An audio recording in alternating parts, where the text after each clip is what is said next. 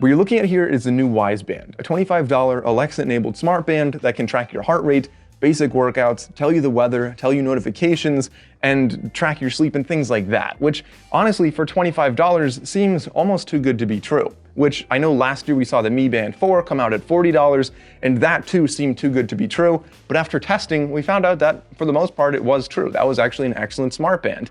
So is this actually the next iteration of smart bands? Can we get down to $25, or did they cut a few too many corners? Now, in this video, I'll be diving into the physical aspects of this smart band. I'll be testing out the heart rate sensor, the fitness tracking, the sleep tracking, the Alexa capabilities on here. I'll be showing you guys the interface and the app. So in the end of this video, you'll know everything you need to know about this $25 smart band, and you'll have a pretty good idea of whether or not you should be buying it. So with that being said, let's get into the video. Now, right about now, you might be thinking Wyze. That sounds very familiar, and that's because it is. It's a brand that's been typically making smart home devices, and they haven't really gotten into the wearables category quite yet until this right here, their first wearable device. And when we're looking at it, it's pretty much the same size as the Galaxy Fit or the Mi Band 4 or pretty much most of the other smart bands that we've been seeing that you can wear for basic fitness tracking. And this one is actually very, very similar in design to the Mi Band, in that the strap kind of works in essentially the same way. So when you're putting this on, I find that you kind of have to use your body and kind of use a couple fingers and your thumb and stretch around a little bit to get it on your wrist. But once you get the hang of it, it's pretty nice. I really do like this band once you get used to it. On the front, we have the classic little screen there, a 0.95-inch screen. It's a color display, also a touch screen. So I have no complaints with that. It looks pretty good. It has decent brightness. I can see it outside, indoors, really doesn't matter. Although one thing I noticed is, at least from what I can tell, it does not have adaptive brightness. I would like to see that because there's nothing worse than when it's, midnight and you roll over in bed and you get flashed in the face with the brightest light you think you've ever seen. And below the screen, you do have a small touch sensor as well that is kind of your home button, so to speak. And other than that, there's really not much on the front of the watch. On the right side, we do have two microphones. You will be using those for Alexa commands. And there is no speaker, so you won't have any Alexa output other than text on the screen. And then on the back, we have the two nodes for charging. The charger is a pretty standard little clip-on charger, similar to what we see with the Fitbits, where you just kind of clip it onto the body of this. And then we have our heart rate sensor on the back right above the Wyze logo. Let's take a look at the interface now, and I'll start talking about some of the issues and some of the benefits I found from using this watch. So with the interface of this starting at the top, you'll see that you do have the time, and it just swipes up and down. You can go through the same loop here. So going down, you get into activity. If you tap on that, you can just see some really basic insights, just 3 pages right there of your activity. Nothing really advanced, and it's kind of hard to see that even on this screen here. As we go down, you have alarms. And so you can turn alarms on and off. I like that on this watch. And then you can see your weather down here. If you tap on it, it shows you a little bit more advanced of your weekly weather. They give you little icons if it's raining or cloudy. If it's sunny, they tell you the high and the low temperature. I find that this is actually a very impressive widget to have on a $25 smart band. As we go down your heart rate right here, you can go and check out what your heart rate is at the moment. So if we tap on that, I actually have to be wearing it for it to measure that. I'm not gonna do that for this video right here. Then we can go down and run. If you tap on that, it just starts a run right away. And let's see what it looks like when we do start a run. So starting a run, you'll see that it counts down, and then it just tells you how many miles you went, what the time is, and then it also tells you the time of day up there on the top. And then of course they tell you how many beats per minute your heart is beating at and how many calories it thinks you burned. If you hit the home button on the bottom, you can continue or you can finish. Definitely remember to hit finish there and don't just go back to home, or else it'll be running pretty much indefinitely. We can go down and find our phone right there. Because the app is always running in the background on the phone, it should always be making a sound on your phone there. We can go into settings. This doesn't really do much, unfortunately. You can change the brightness, you can turn on Do Not Disturb, and that's kind of basically all you'll be doing there unless you want to reset or restart your watch. Then we can go down to shortcuts. This will be anything for your smart home, so turning on outlets and things like that. Alexa alerts, so if you have timers on Alexa, you'll see them right there in Alexa alerts. And then lastly, notifications, which I have not been receiving for some reason. So far this fitness tracker has a pretty standard interface for budget fitness trackers, and it looks pretty similar to many others. But where it really starts to shine is when we tap and hold the home button right there and we get Alexa. Who is the Prime Minister of Canada?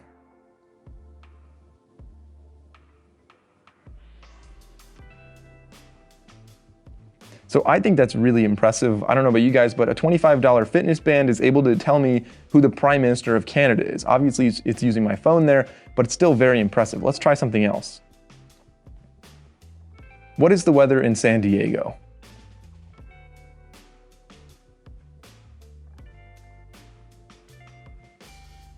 And as you can see here, it's not limited to text. It shows you many other things like the weather. And let's just try something else. Set a timer for 30 minutes.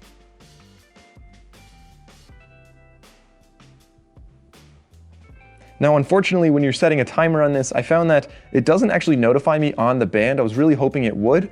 Maybe there is, again, some other update that they will be releasing in the future that does that, but it will be, it'll notify you if you have an Echo Dot or something like that. So I found that every now and then it does show me the wrong answer for some reason. It's not doing it right now, so that's actually a good sign. But when I first got it, I was asking it a question, and it would frequently show me the answer to the most previous request I had. So when you open up the Wyze app, you'll see that you can add rules at the top, which is kind of nice. And this is more, again, for their smart home type stuff. But we have the Wyze Band right there. Currently, that's the only Wyze device I have connected to this phone. And they show you each screen, each widget that your phone has. It's kind of a cool layout that the app has. You can quickly jump to any of them on the left side there with that quick little bar. So it's kind of nice when you look at the first one, if you tap on that, you can customize your watch face right there, change the way it looks, change the background, change the font color. We go down to activity, and this is where you get all of your insights into your workouts. Unfortunately, I found that this is relatively limited. So you can see how many steps you had on a 7-day view or a 30-day view. Either way, it's just going to be a graph, and you can tap on individual days, and they'll tell you the steps you took and the estimated distance that you walked in that day. So you can go between different weeks, but that's really all the insights you have on steps. For calories, again, I don't know that this is necessarily accurate, saying I burned 652 calories in a day. I assume that is just the active calorie burning, meaning more than if I did nothing, because if I did nothing for a day, I'm still burning some amount of calories every day. The sleep tracking, I was really hoping for something a little bit more insightful than this. It is nice that they tell you how long you sleep, and for the most part, I think it does a pretty good job of the overall length of time that you sleep. They don't give you any kind of sleep score that we see with Samsung devices or Fitbit devices, but you can maybe look at this and see if you had enough deep sleep. For the most part, most of my nights look the same. So if we go over to heart rate, it does detect your heart rate pretty continuously if you have that setting on, and it'll show you the range of your heart rate. Again, it's not going to show you instantaneous heart rate in the app. It can show you the most recent one, so that'll be like every 10 minutes or so it'll read that. And then if you go over to runs, this will show you some basic insights into your run, meaning like the heart rate, how long you ran, the total time, the average pace, and the total calories that you burned during that workout. So ultimately, for most people, if you're just walking and trying to keep track of maybe your general heart rate approximately, or how many steps you took in a day, the insights are sufficient. It's not going to be anything that will teach you really anything new about your health. I don't know if I would use this and test out a new mattress and see if it actually is better. Stuff like that, I would really rely on some more advanced hardware. As we go down, we have alarm right there. You can set alarms. Nice feature to have on a quick little smart band like this, a little fitness band. Because a vibration is a pretty nice way to wake up in the morning. You have your weather right there, and so your weather, you can change the location, you can change the temperature, the units. I think that's a really nice widget to have on here. It obviously uses your phone. Then we have heart rate here, and then as we go down, you have run right here. This actually just really is when you're running, you can change that. I was kind of expecting more run insights to be here, but instead it's just, do you want your screen on while you're running, basically. You can find your watch by doing this. You can find your smart band, and it just kind of vibrates. It helps to find it if you lost it somewhere. You can go into settings, and this is some basic settings about which hand it's on, the battery level, stuff like that, notifications. And as I mentioned before, notifications, I have not been receiving them on this watch so far. I'm not sure exactly why that is. I think that for some reason in Google Play, they're just not enabled to receive notifications. It's something strange, but I'm assuming that by the time this rolls out in the next couple months, they should have some more updates and notifications should work on this little smart band. Then we have shortcuts. That's going to be, quick controls for turning on your lights in your home and stuff like that. And then we have Alexa alerts. That's going to be some basic Alexa things right there. And then lastly, notifications, which as I said, I wasn't receiving on the band. And here you can actually see that if I go to turn on text message, it says this function will be available after Google Play grants the permission. So like I said, I've never seen that on an app before, but I assume they're just trying to rush this out to the market right now, and they didn't quite get that done. So now let's get into a little bit more testing of this device. As you can see here, I went for a run and tracked it with both my Suunto watch and with this Wyze Band, and the Wyze Band was not doing so well. You can see that my heart rate is significantly lower, showing an average of 146 beats per minute with the Wyze Band. It's pretty much lower throughout the entire run, except where it peaks out at almost 200 beats per minute.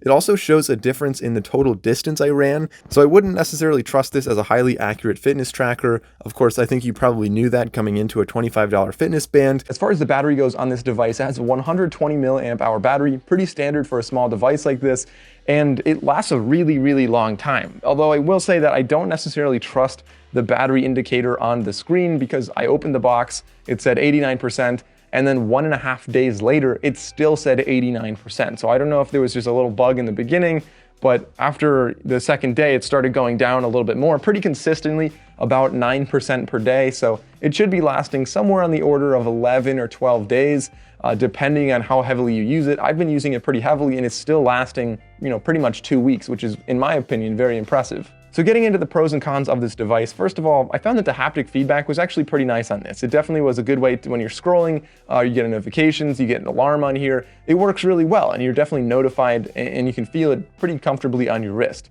This is also, I think, a very comfortable texture of the band. I think that overall, I like that it has microphones and they have Alexa on there. Although there are still some quirks in there, I think they're working out bugs. So getting over to the cons, Alexa doesn't always work. I have, I think, an issue here, probably just a small bug, where whenever I ask it something, it's very likely that it'll show up the answer to my previous request.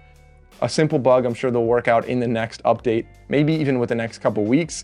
I also found that there is no underwater mode, so when I'm showering in the morning, I wish it was just a really quick water mode. I can turn off the screen and not have it, keep vibrating and doing stuff on my wrist. Likewise, there is no night mode, so I wish I could just turn the screen off and have a night mode while I'm sleeping every night. So like I said before, I don't roll over and have a really bright light in my face. For $25, again, it's really hard to complain, but I was definitely expecting to have music controls on here. I was hoping that, maybe in the future they will release an update and put music controls on this.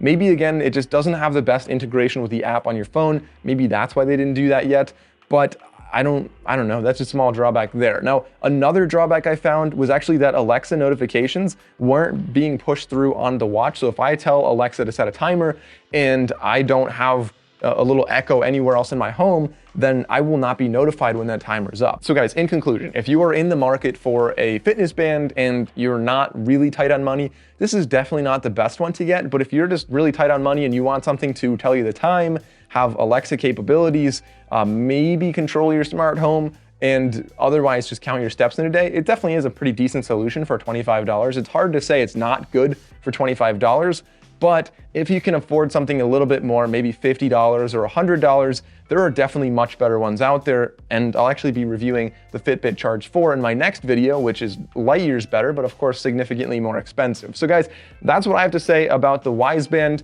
An interesting first iteration of this. Maybe they'll come out with some updates and actually really optimize this. I'm excited to see what they do. But for now, like I said, if you're tight on money, it's not a bad buy. But if you have more money, there's definitely better options out there. So let me know what you guys think of this down in the comments below. As always, thank you all for watching. See you next time.